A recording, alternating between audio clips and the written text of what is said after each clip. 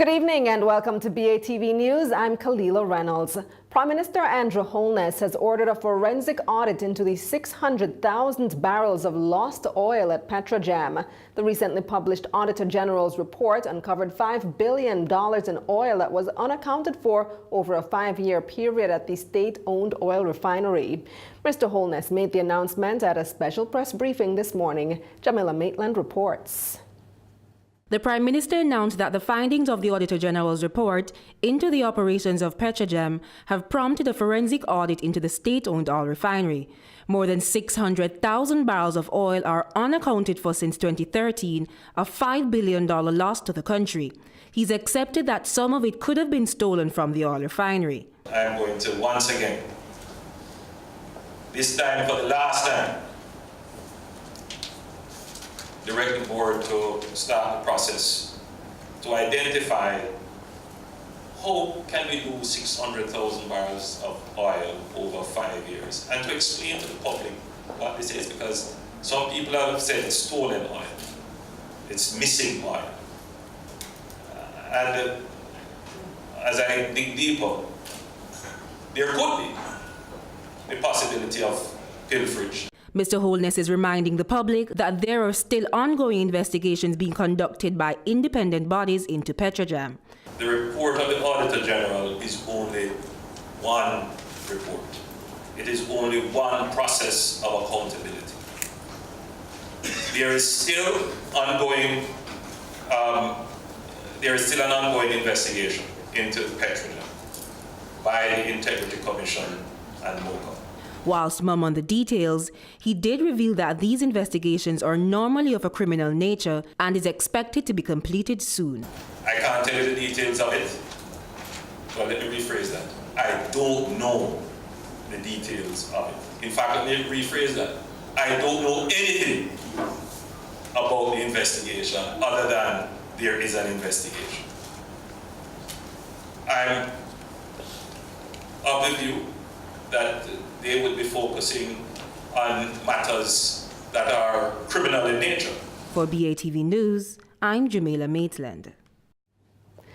Meanwhile, the Prime Minister is mandating all cabinet ministers to meet quarterly with the boards of entities that fall under their portfolios. The mandate follows the Auditor General's finding that there was insufficient oversight of Petrojam by the Energy Minister and his permanent secretary. Here's more. The Prime Minister says the long-awaited document outlining the job description of ministers will be made available soon. But in the meantime, he says ministers must take a proactive approach in keeping abreast with the boards that fall under their ministries. I have made a decision to make it mandatory that all ministers must have a quarterly meeting with their board chairman with the specific task of reviewing the minutes and activities of the board for that quarter and to plan for the quarter coming. It is a mandate now. He says the lack of meeting was a major factor in the breakdown of management. I'm also mandating that ministers meet with their board chairman and the board, full board where possible, biannually, to have a policy review.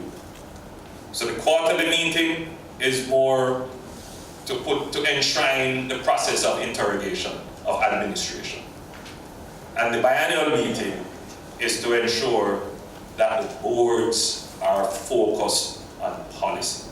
Over the weekend, former Energy Minister Dr. Andrew Wheatley indicated that he's making moves to have the $11,000 spent on his surprise birthday party repaid. The Prime Minister says this is the right move, as he says restitution is important. He says where it's unclear that there is a misuse of public funds, he's directed the board of Petrojam to make civil action to recover those funds. Meanwhile, Mr. Holness said the Energy Minister can't avoid blame by saying he didn't know what was going on. You should interrogate for your own safety and protection. You should ask questions. You should seek to know. It is therefore not only a reliance on what you are told by your permanent secretary, But in the higher exercise of that duty and responsibility,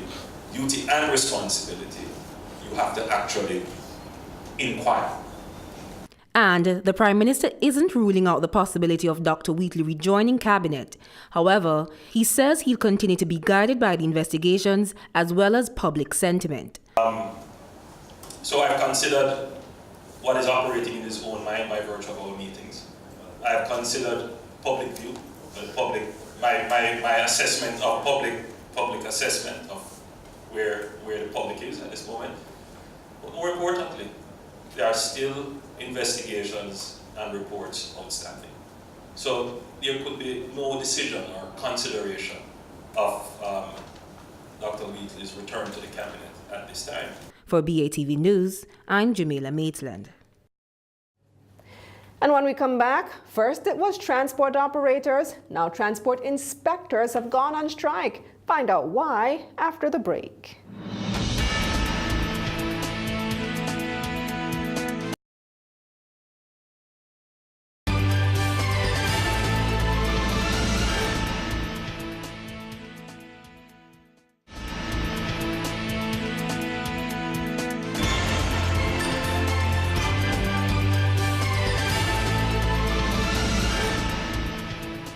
Welcome back. Executive Director of National Integrity Action, Professor Trevor Monroe, is calling for the imprisonment of public officials who were found guilty of corruption.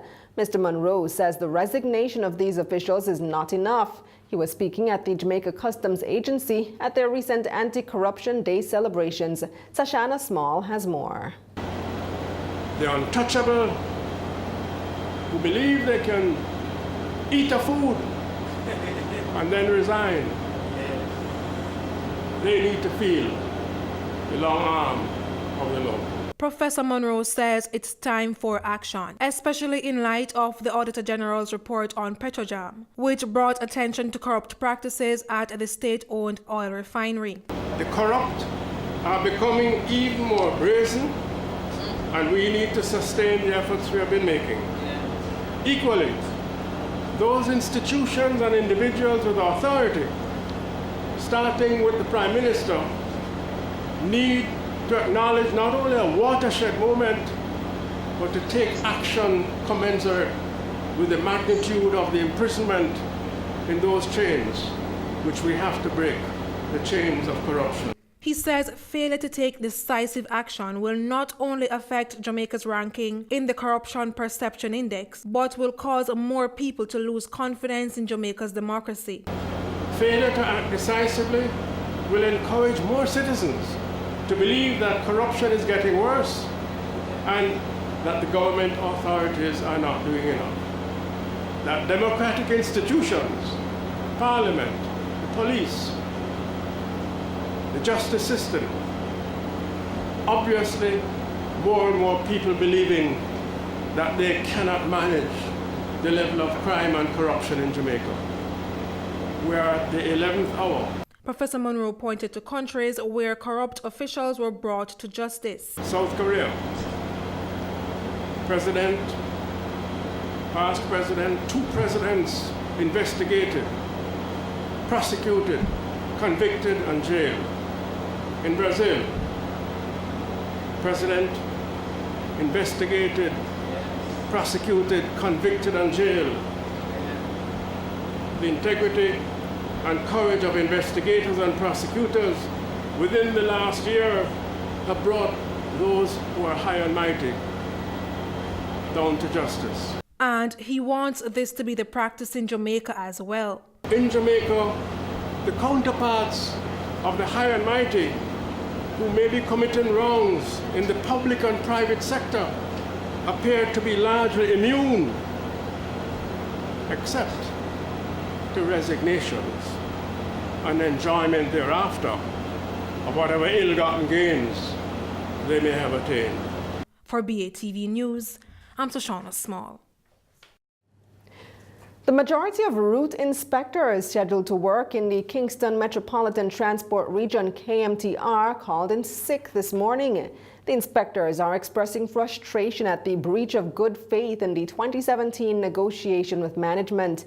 Vice President of the National Workers Union, Arthur Grant, says the union fully supports the workers' decision. National Workers Union, which represents route inspectors engaged by the Transport Authority island-wide, is in full solidarity with the route inspectors who called in sick on the 6:30 a.m. shift this morning, primarily in the Kingston Metropolitan Transport region. The workers have indicated that they are much fatigued, frustrated, and are experiencing symptoms of work-related stress as it relates to the prolonged delay in the wage negotiations for the 2017-2019 period. Mr. Grant says the NWU wrote to the management of the Transport Authority last year demanding better wages and fringe benefits for the workers. However, he says management waited too long to respond to the claim and begin negotiations. A claim has been served from last year. What the Labor Relations and Industrial Dispute Act says, where any party serve a claim on another as it relates to wages and fringe benefits, that both parties should meet and have the matter settled, take all reasonable steps to have the matter settled within 30 days. The Transport Authority has had this claim before them from last year, and there's no good or proper reason why there has been so many gaps in their responses. Their response has not been timely. The NWU Vice President is warning that if the management fails to respond, the union will take further actions. Jamaica's first regulated casino should be up and running by the start of 2020. That's according to Tourism Minister Edmund Bartlett. However, Minister Bartlett says Jamaica will not be a casino destination. He made the announcement on Friday at a seminar about casino liabilities in Montego Bay. The minister didn't give details about the first casino. However, he says casino gaming will add to the tourism product and the country's economy. He says the government has taken religious objections into consideration, but he feels Jamaica can adequately manage the negative impacts of casino gaming. The minister says it's a lucrative element of the tourism product with the potential to drive growth. He says the government is to grant 3 casino gaming licenses, and he adds that casinos won't represent more than 20% of the value of the experience that's offered. He says construction of at least 1,000 rooms and $1 billion in investment have been laid down as the minimum that goes with a casino license. He adds that the casino must come with shopping, entertainment, music and maritime experiences and a range of other experiences so that there is no standalone casino arrangement. CEO and Chief Creative Officer of Advertising and Marketing Jamaica, ADMARC, Arnold J.J. Foote III, was recognized among the 100 most influential global marketing leaders at the 5th World Marketing Congress. In his address, Foote says Caribbean marketing practices are aligned with global principles and in many cases are faster and more aggressive. However, he notes that the Caribbean must remain agile to compete with the rapidly changing market dynamics in the region. Foote, who's also president of the American Advertising Federation AAF Caribbean region, adds that the Caribbean is quite advanced with a robust digital traditional media usage. The World Marketing Congress was held in Mumbai, India recently. More than 500 business leaders, media and communications practitioners from across the world attended. And when we come back, the latest on the arrest of Huawei's chief financial officer in Canada. This and more in regional and international news up next.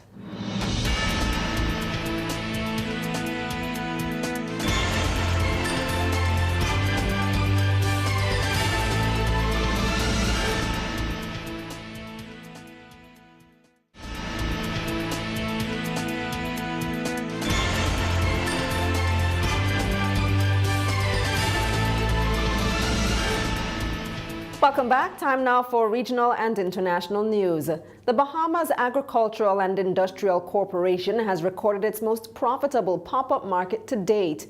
The farmers market raked in some $11,000 as it closed for 2018. Here's more from ZNS News Network. Other news tonight, the Bahamas Agricultural and Industrial Corporation is pulling in record numbers as it closes out 2018, celebrating its most profitable pop-up market to date.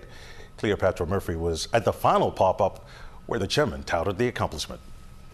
BAIC's Farmers Market is ending 2018 on a high note after this weekend's pop-up market racked up its highest sales numbers, earning just shy of $11,000 on Saturday.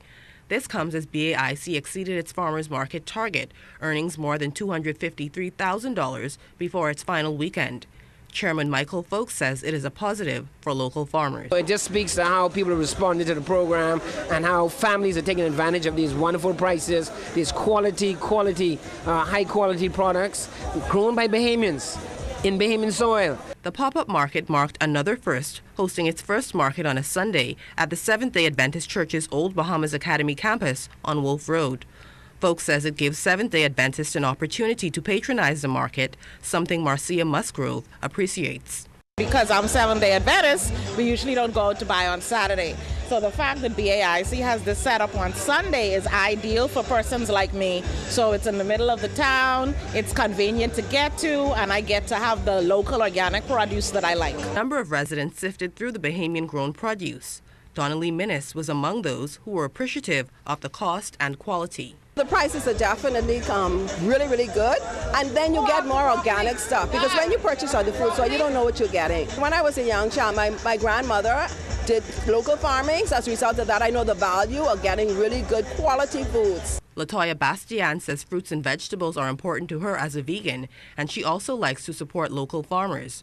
Bastian, who displayed her receipt, says the cost savings were also undeniable. In the food store, I probably would have paid like $42 for the items what I got just now. So it's half the price. And that's not inclusive of VAT at the food store. Folks says the pop-up markets have proven to be a win for farmers who are getting their produce sold and consumers who are able to purchase them affordably. It's all about domestic economy, and we are creating our own domestic economies. And there's nothing better we can do than look for others to come in and produce economy for us, produce jobs for us. That's what we're doing here, and we're doing it for ourselves. Sunday was the last pop-up for the year, and they will resume on Gladstone Road on Saturday, January 19th, before resuming in Grand Bahama on January 26th. Cleopatra Murphy, ZNS Network News. The Guyana-Venezuela border controversy continues. Representatives from the opposition's People's Progressive Party have come out in full support of the government's actions to protect the people of Guyana and their territory. Here's more. Let's tell you now that Opposition Leader Barrett Jagdeo on Friday reaffirmed the support of the political opposition to the government in the case to settle the Guyana-Venezuela border controversy. Mr. Jagdeo made the announcement at the start of his contribution to the 2019 budget debate. He stated that the opposition People's Progressive Party fully supports the efforts of the government and that there is no uncertainty in its position. We support all of his efforts and that of the government of Guyana in ensuring that our territorial integrity is preserved and there is no equivocation on our part where our national patrimony is concerned. This land belongs, all of it belongs to all of our people, regardless of our politics. Mr. Jagdeo went on to state further that their position is premised on the fact that Guyana belongs to every Guyanese citizen, regardless of their political affiliation. He said for that reason the government will continue to have the support of the opposition in its efforts. Guyana recently filed its case with the International Court of Justice calling for a legal and binding recognition of the 1899 Arbitral Award, which established the geographic boundaries between the two South American countries. The Arbitral Award, which included the full participation of Venezuela, awarded the disputed territory Essequibo to the then British Guyana. Essequibo makes up approximately 2/3 of Guyana's geographic space. The Ministry of Foreign Affairs reminded the media recently in a statement last month that Venezuela accepted the unanimous award, which was rendered by 5 eminent jurists back in 1899. Huawei Technologies Chief Financial Officer Meng Wanzhou has been slapped with fraud charges. Many argue that the CFO has been placed in the trade war between China and the U.S. and could face up to 30 years in prison. More in this report. These Chinese tourists set aside sightseeing and rushed over to the court this morning. I think Huawei is our really important brand. I'm really proud of this Chinese brand, so I hope everything goes well. The attention not surprising given that the case involves the CFO of a telecommunications giant. Meng Wanzhou, who listened to the proceedings with the help of an interpreter, is accused of fraud by the U.S. government. It asserts that between 2009 and 2014, Huawei used a shell company called Skycom to break U.S. sanction laws around exports to Iran. It alleges the fraud conspiracy was perpetrated at Huawei's highest levels, with Meng personally making key misrepresentations to one of Huawei's banking partners. Her lawyer said Huawei sold Skycom in 2009, arguing the company and Meng complied with regulations. The accusations and the politics have put Canada in an awkward position. Canada is kind of caught in the middle of a proxy war between China and the U.S. It's not an enviable place for us to be. But the question today wasn't about extradition, but bail. Her lawyer argued she isn't a flight risk because she has connections to Canada, including 2 multi-million-dollar homes in Vancouver. At one time, she was even a permanent resident of this country. If released, she's willing to hire a private security and surveillance firm. The detention decision is the heart and soul of the extradition process. People with deep pockets can afford the best lawyers, private security 24/7, and a plan of electronic monitoring as if they're living in an electronic goldfish bowl. Meng's lawyer says she wouldn't think of breaching any bail conditions because she wouldn't want to embarrass her father or China. But the Crown is making a rigorous argument against her release. The bail hearing is expected to continue on Monday. Briar Stewart, CBC News, Vancouver.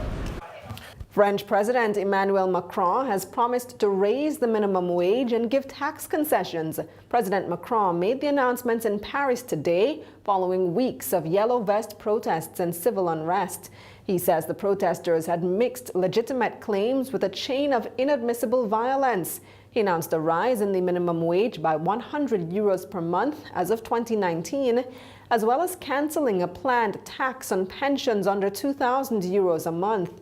The president also declared that overtime hours would no longer be taxed and that employers would be asked to pay end-of-year bonuses to employees, which would also be tax-free.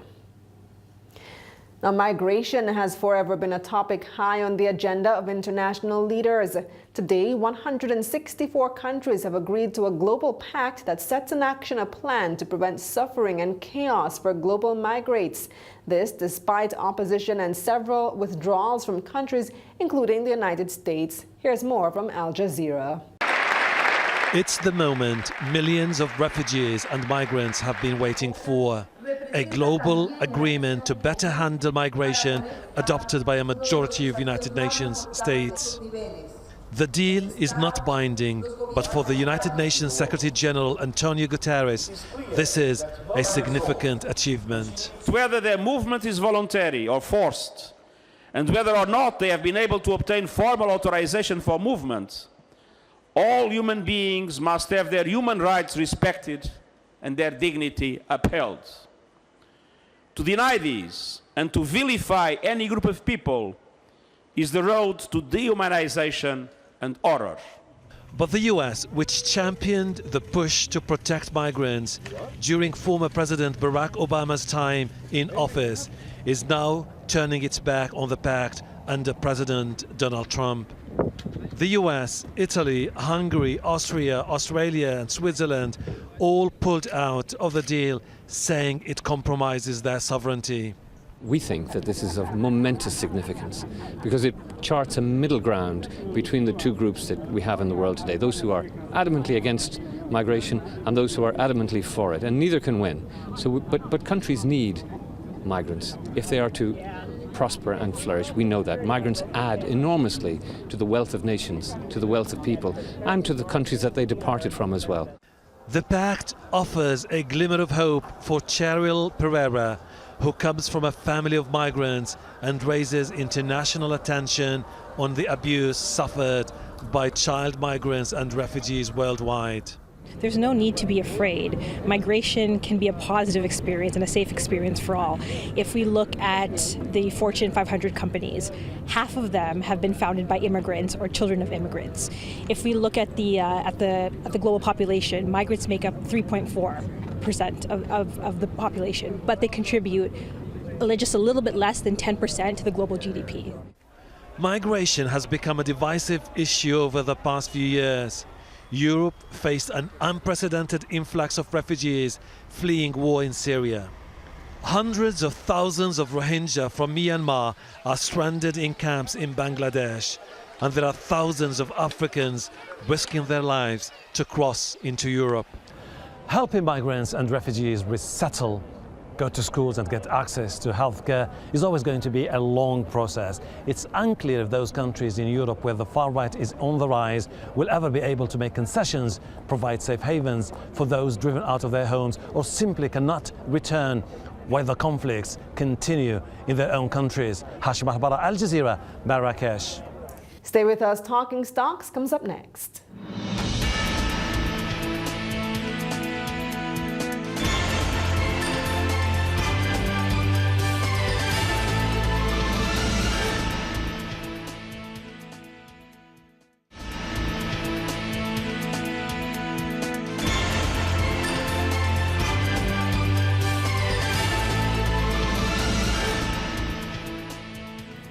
Welcome back. Time now for Talking Stocks. 60 stocks traded today, of which 26 advanced, 24 declined, and 10 traded firm.